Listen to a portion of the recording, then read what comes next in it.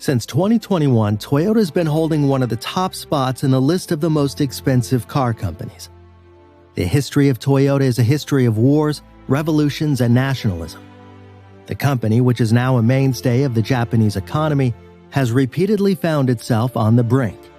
The war brought it to the edge, and the war saved it. The national idea encouraged Mr. Toyoda Sr. to create a weaving loom, and his son to start a car brand. The Japanese government allowed Toyota to become a monopoly provided that it would fight with foreign companies. So why is Toyota's development beneficial for the US government? How did the company manage to achieve such a great triumph following imperial principles? Following the history of the Toyota clan, you'll learn the history of Japan. Revolution. 16th century Japan. The country is fragmented. Together with his supporters, Tokugawa Ieyasu begins a unifying war. After defeating its enemies in the Battle of Sekigahara, the Tokugawa clan will rule the united country for over 2 centuries. This was the beginning of the Edo era, a time when the country was ruled by shogun warriors. The shogunate divided the society into classes, prohibited samurais to have their lands, and strictly monitored peasants' movements. The Iron Curtain fell over the country. Foreign literature was prohibited, contacts with the outside world were limited to trading with China and Holland. A citizen trying to leave the country would be summarily executed by the naval guards. The same applied to foreigners who ventured into Japan. The 19th century United States wasn't satisfied with the closed-door policy. Eager to expand their trade relations, they sent to Japan a squadron of ships headed by Commander Matthew Calbraith Perry. The Black Ship Fleet, as the Japanese called them because of the black smoke produced by the steam engines, was a cogent argument in the upcoming negotiations. The Japanese government realized that it had no chance to resist, and the commander's diplomatic mission succeeded. They signed the Kanagawa Treaty, and Japan opened its doors after 2 centuries of isolation. At the same time, Western values penetrated the once closed country and resonated with a significant part of the Japanese society. A revolution was brewing in the country. It all resulted in the Civil War of 1868 to 1869, also known as the Boshin War. Led by the emperor, the democracy supporters overthrew the Tokugawa shogunate, and the emperor regained his power. Far-reaching reforms swept across the country. The social boundaries were erased. People received rights, such as the right to choose a religion. Earlier on, education was a privilege, but after the reforms, education became compulsory. Foreign teachers were invited to the country, and Japanese students were sent to the West to study languages and science. The Meiji Restoration turned a backward agrarian country into one of the leading countries in the world, with the fastest-growing economy. A new national idea was progress, self-improvement, and development. This was the time when the future car brand founder, Sakichi Toyoda, was born and grew up. Patria. Sakichi Toyoda was born in a village in a farmer's family. Striving to provide for his family, his father Ikichi Toyoda also worked as a carpenter. He supported the revolution and realized the time for change had come. He brought his son up in tune with the times, and long before the law on compulsory education was adopted, he sent Sakichi to elementary school, which he finished at 11 and then returned to the farm to help his parents. At that time, it was not only his parents who were hardly making ends meet, but all the villages were suffering from poverty. When he was 15, he began to think about how he could help his family, neighbors, and the nation. The main occupation of his co-villagers was weaving. Sakichi believed that he would do much good to his country if he could find a way to increase productivity of a weaving loom. He started inventing in his shed. Indeed, his inventions weren't a great success, but he never gave up. In 1890, he went to Tokyo's Ueno to attend the Third National Machine Exhibition. He was impressed and kept coming to the exhibition for a month to understand how each of the machines worked. In the same year, he managed to build his Toyota hand-weaving loom, which he would patent the following year. His machine's peculiarity was that it required only one hand to work, unlike other two-handed models. Easier use made it possible to produce fabric of a much higher quality than that of its competitors. This allowed Sakichi to rent a small room to install a few of his machines. The fabrics produced at his factory were sold to wholesale buyers and were of high repute. The money earned was quite enough to live on, but what's even more important, it was enough to continue developments. As early as 1896, he built an electric loom of steel and wood, the first in Japan. It was a milestone invention that was immediately appreciated. Representatives of one of the richest and most influential Japanese clans contacted Sakichi with a very favorable offer. His work, their money. He founded the Toyota Shoten Company and opened his first factory on the outskirts of Nagoya in 1897. His innovation turned out to be so innovative that he remained a monopoly until the first decade of the 20th century. Only his machines were present on the market. However, Sakichi kept modernizing his invention, which made his investors dissatisfied. These ongoing improvements made mass production impossible, and consequently, the company was losing money. And for what? If there are no competitors, there's no need to improve. There's demand, and they are the only ones to supply. Sakichi considered this approach short-sighted, and resulting from arising disagreements, he was fired from his own company in 1910. Yes, they had the right to do so, as he discovered. He should have read the details of the contract. It was a lesson he would remember forever. Later, he would say that the first thing a good engineer should do is find a good lawyer. Overseas. After being fired, he spent a whole year traveling around the USA and Europe and getting acquainted with new textile production technologies. Although the scale of Western factories and their experimental installations took his breath away, he saw many drawbacks in the weaving looms operating there. This trip made Sakichi self-confident. His machines were better than the Western ones. When he returned to Japan, he felt inspired. He invested all the money he had in a new plant called Toyota Jidu Shokufu, and 7 years later, he would start the Toyota Boshoku Corporation. Sakichi became its president, but it was actually Sakichi's son-in-law, Rizaburo Toyota, who ran the company. After making sure that his company was in safe hands and operating flawlessly, Sakichi went on an independent trip to China. It was a common belief that the Chinese market was unstable and dangerous, but it was plain mathematics that guided Sakichi. Chinese population exceeds Japanese by 10 times. Subsequently, the demand there is 10 times higher. He decided to set up a factory in Shanghai. The plant was huge. Its floor space was about 33,000 square meters. The corporation's scale kept growing, and a problem arose. Toyota's employees couldn't cope with such a workload manually. Sakichi solved this problem in 1923 by inventing an automatic shuttle changing loom. Automatic shuttle changing made it possible to carry the thread without losing speed and retain a high pace of work. In terms of performance and fabric quality, Toyota's machine was the best in the world. In 1927, Sakichi united Chinese and Japanese factories and production and started the Toyota Automatic Loomwork Company. Toyota's business was built on the clan principle. Sakichi's son-in-law was appointed the president of the new corporation, and his son held the managing director position. In 1929, the Japanese government banned night work. Factory owners found it unprofitable to interrupt production processes, so the demand for automatic machines soared in just a few weeks. However, by that time, Sakichi had lost interest in weaving and died of pneumonia the following year. Over his half-century-long career, he received 86 patents for various inventions and was known as Japan's Thomas Edison. He was also famous for the 5-why rule, which was very popular in the 70s in IT companies and is still used in Toyota. This rule can help find the root causes of a problem. Find the problem and ask why it occurred. Next, ask why to the answer to the first why, and so on until you get to the true cause of your problem. Usually you manage to succeed with the 5th why. But his main legacy is his son, Kiichiro Toyota, who began the car history. In father's footsteps. Kiichiro Toyota was born in 1894. His parents divorced when he was 2, and the boy stayed with his father. Despite being busy, Sakichi always found time for raising his son, and Kiichiro's favorite pastime was spending time in his father's workshop.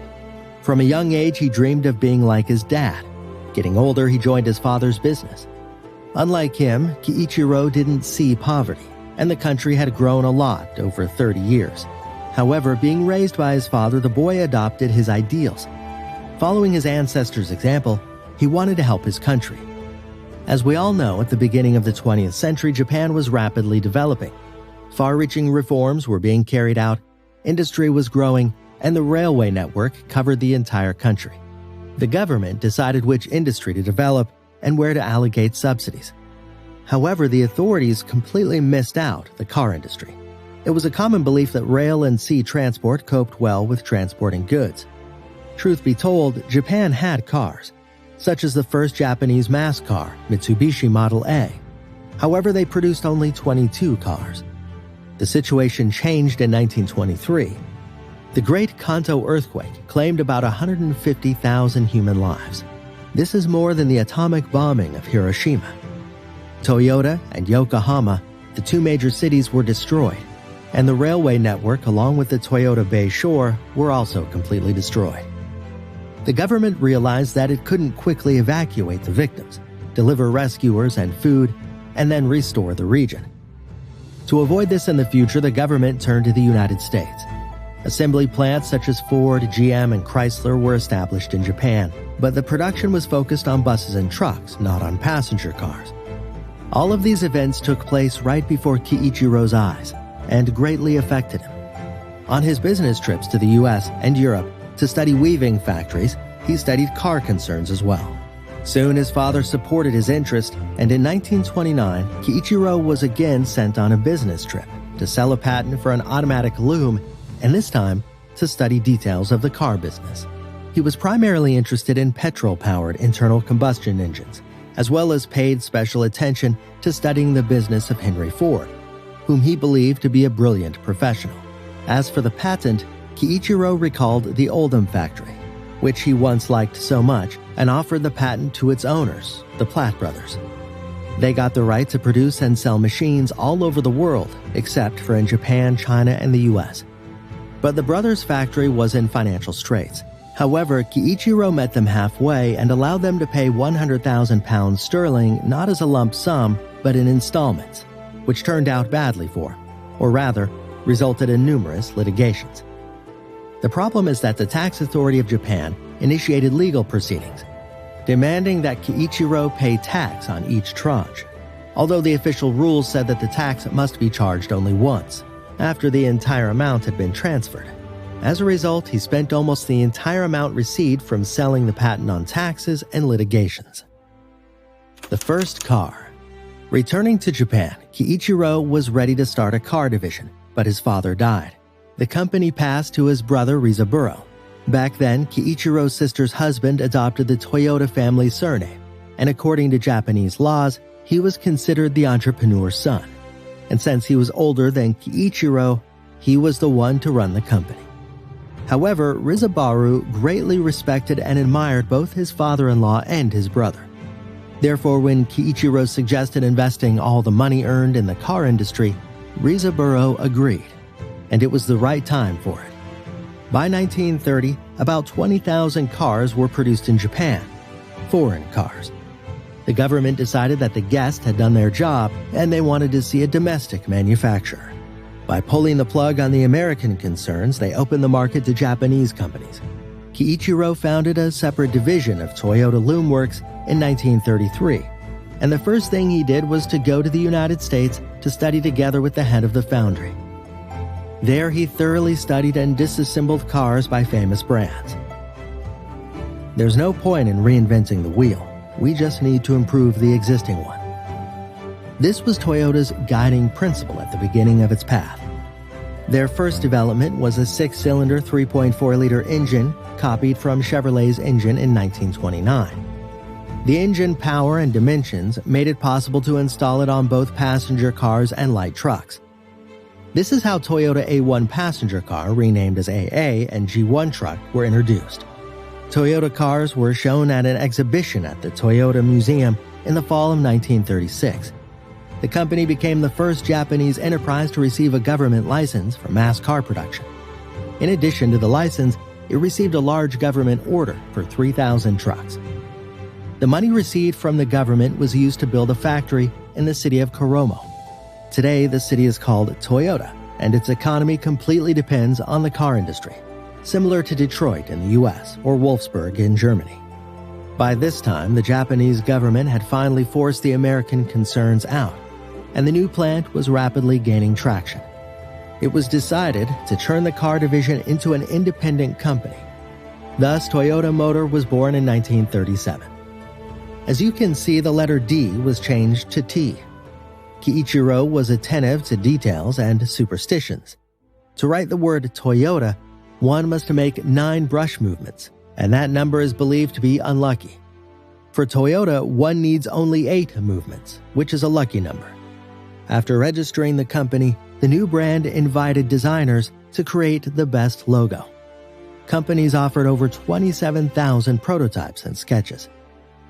The ellipses that make up the Toyota symbol are believed to encapsulate the balance between competitors, customers, and the company's activities. The symbol also resembles a needle with a thread in its eye. This interpretation was a tribute to the textile industry, which gave rise to the company. The war. In 1941, the company had to stop all the activities related to research and development of new models when World War II began. The enterprise provided all its capacities exclusively to the Ministry of Defense, as all the country's producers did.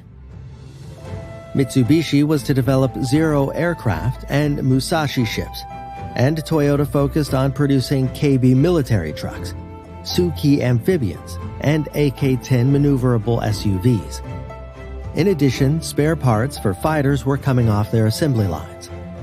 Due to the lack of materials, Kiichiro had to significantly simplify the vehicle configuration. The company produced trucks without radiator grills and with one headlight, and wooden stools were used as seats. In 1945, the Japanese Imperial Army handed the captured American military SUV Willys MB over to the Toyota engineers, ordering them to develop a similar machine and organize its mass production. But the plans were disrupted by the surrender of Japan. However, a few years later, Toyota started producing a civilian modification of the vehicle, the Land Cruiser. The war ended with the defeat of Japan. The occupation government of the United States established its own laws. One of them prohibited to sell cars for personal use. Kiichiro's concern was that the company would be closed, with the American companies coming back. But this didn't happen, and the Americans supported the car companies, as they understood that they needed cars to restore Japan. Kiichiro managed to get a vehicle repair contract with the occupation government, and soon local producers were allowed to resume the truck production. However, this didn't save the company from an overall crisis.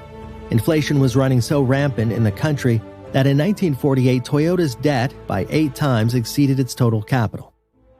The ban on selling cars was lifted in 1949, which improved the company's business, but not by a lot. To avoid bankruptcy, Toyota introduced the austerity policy. The managers voluntarily agreed to cut their salaries, and the salaries of all other employees was reduced by 10%. Kiichiro strongly opposed layoffs and hoped to avoid them by cutting costs. But the salary cut wasn't enough, and Kiichiro Toyota was forced to ask 1,500 workers to quit. This brought workers to strikes and riots, which were commonplace in Japan at that time, but no one felt guilty since the country was going through a crisis. However, Kiichiro took it personally. If he was forced to fire people and leave them without money to live on, then he would quit himself. By the way, it was the first and only worker strike in the history of Toyota. Kiichiro left together with his employees in 1950. He took it hard. It was an extremely stressful situation for him, and 2 years later he died of a heart attack. Kiichiro had held true to the values his father raised him with until the end of his life, and his resignation made an example for future generations. His act calmed down the protesters, and some of those who weren't initially fired left with their boss as a sign of respect. However, he's remembered not only for his resignation, but also for appointing his cousin, Eiji Toyota, as the managing director. He couldn't even think of passing the company to his son, brother, or nephew, who had no idea what it was like to work hard and didn't like cars. The new director would have to run the company in the darkest post-war years, and he would be the one to bring the company to the international level. A new boss. Eiji Toyoda studied machine engineering at the Imperial University of Tokyo, and after successfully completing his studies, he worked together with his relatives. Like his uncle and cousin, he believed that he should do everything with his own hands and never feared unskilled labor. Starting his career from the bottom of the ladder, he independently organized a research laboratory, where he worked alone on researching defects. He devoted his free time to studying machine engineering as well. He was especially interested in Ford. After reading his book, Today and Tomorrow, and visiting his factories, he was inventing strategies for Toyota to compete with such a giant, and not just compete, but overtake it. Though such goals seemed ambitious and inspiring before the war, in the post-war years, they seemed ridiculous. The country was occupied, the economy was in crisis, the people were still going through the consequences of the 2 atomic bomb explosions. Most of the industry was ruined, and potential buyers had no money. At the same time, Ford was rolling in money. He had huge American and international markets at his disposal. However, he set the goal and had to start somewhere. The new director didn't have much time to think. The First Korean War began and the U.S.-led Western coalition took part in it.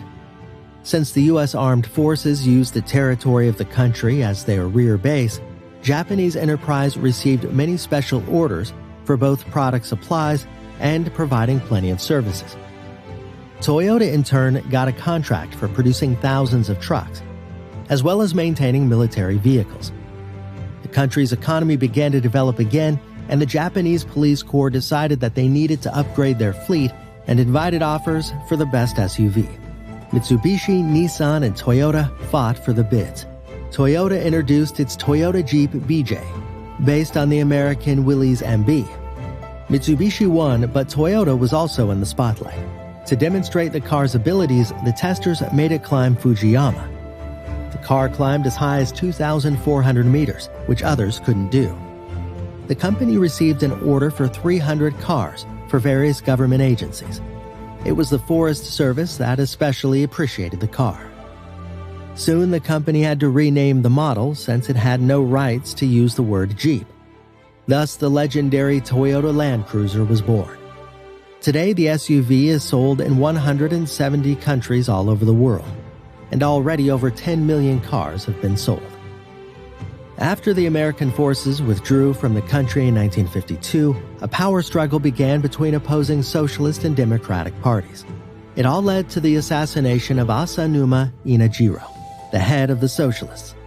The Liberal Democratic Party would rule the country for about 40 years. It was them who developed a special system called Keiretsu. The main point of the system is that the central bank provides huge loans to such industrial conglomerates as Sony and Toyota. They in turn must force foreign manufacturers out of the Japanese market with the absolute governmental support and agree on spheres of influence, dividing the market among themselves. The state that usually opposes monopolies created one itself. This was possible in Japan due only to their mentality and traditions. From a young age, the Japanese prepare themselves for working for one company their whole lives. The company and the citizens become a family. The employees get the company's products at discount. It's difficult to leave the company, and it's considered a betrayal, and all employees are due respect thanks to strong trade unions. Anyway, this policy made an economic miracle happen. Money finally returned to Japan, citizens could afford cars, and government-supported Toyota was rapidly growing. The institution improved, but Eiji realized that the Japanese market was too small, and it was time to expand the boundaries.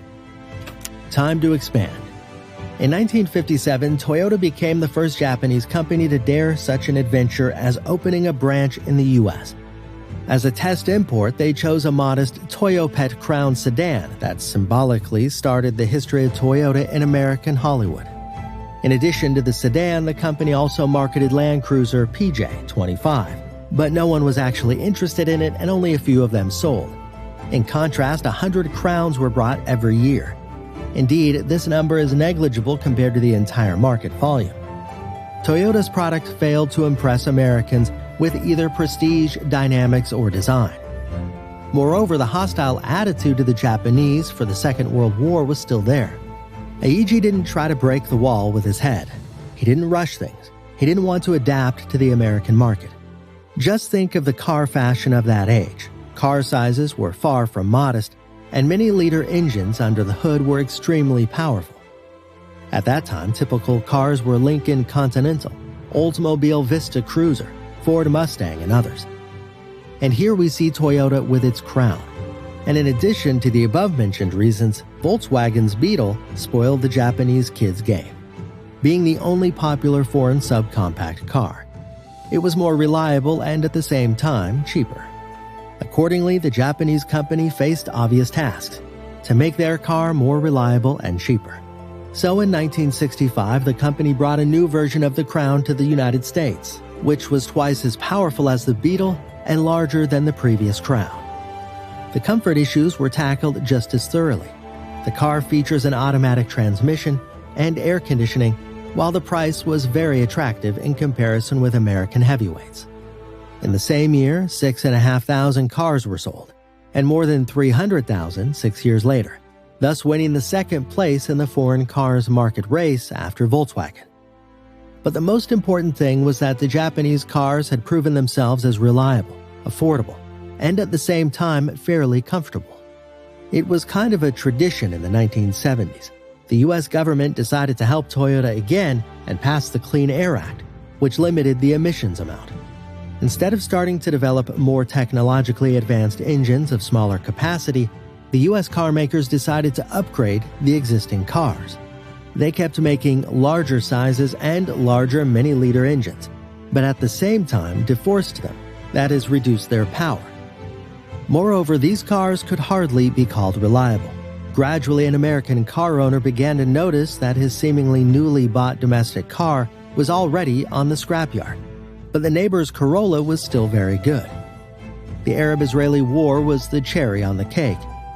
The United States supported Israel and received an oil embargo in response. The country plunged into the oil crisis.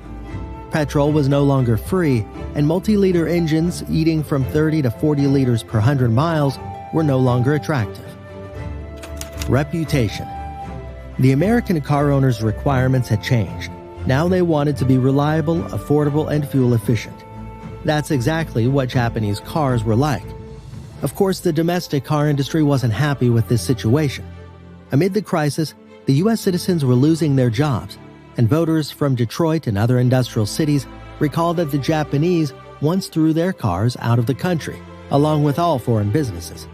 A wave of anti-Japanese demonstrations swept through the country, and the American Congress was forced to consider restricting the access of Japanese cars to the U.S. market. The Japanese car companies agreed to restrict exports. However, Toyota only benefited from this agreement. The point is that Toyota had no factories in America.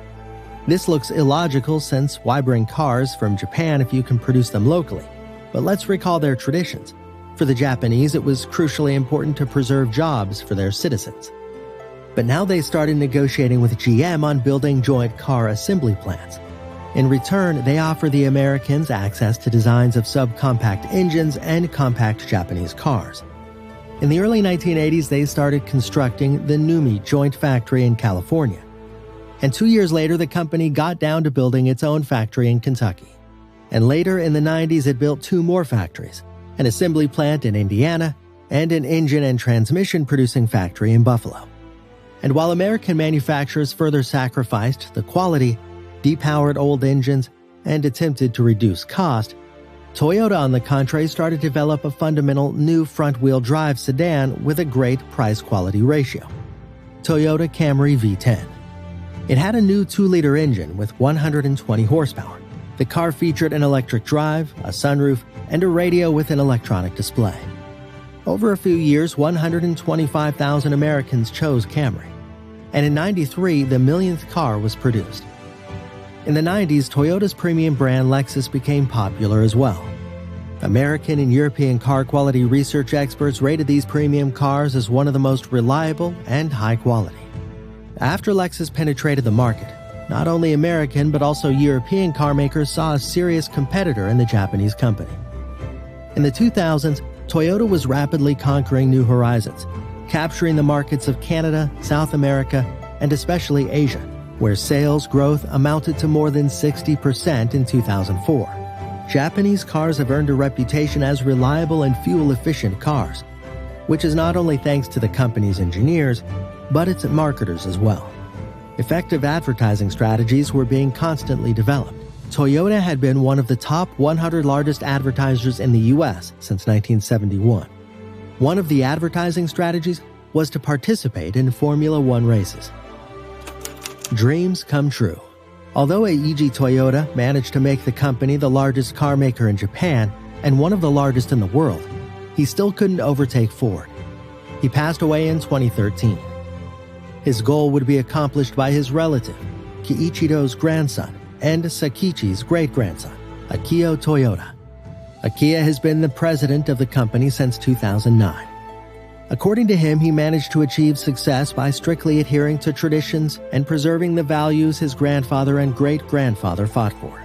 Quality is the basis of the Japanese company. If a frontline employee suspects a defect, he has the right to stop the conveyor. A person who buys our car must be sure that it won't let him down, even after 150,000 miles. Let this reliability be appreciated not by the first, but by the second owner, Akio Toyoda. But even if there was no defect, no one will blame the employee, and the question is how they managed to avoid sabotage. Again, it's all about their culture. A Japanese company usually employs staff for life. Following the Japanese Kaizen philosophy of self-improvement, employees are taught responsibility, independence, and determination. The employee's task is to go this path. I know, I understand, I can, I do win, and as much as I want, I always do more. The systematic work bore its fruit, and Toyota managed to overtake its main competitors, Volkswagen, GM, and most importantly, Ford. In 2021, the century-old dream came true. 4 of the 10 best-selling cars in the USA belong to Toyota, and the brand as a whole is number 1 by the quantity of the cars sold. When the old goals have been achieved, new ones are set. And although the company used to think about improving the lives of its citizens, now they're thinking about the world. They're developing eco-friendly cars with hydrogen and electric engines, creating robot assistants, believing that they're the future, and building an entire city. What else can we expect from this Japanese company? Share your opinions in the comments.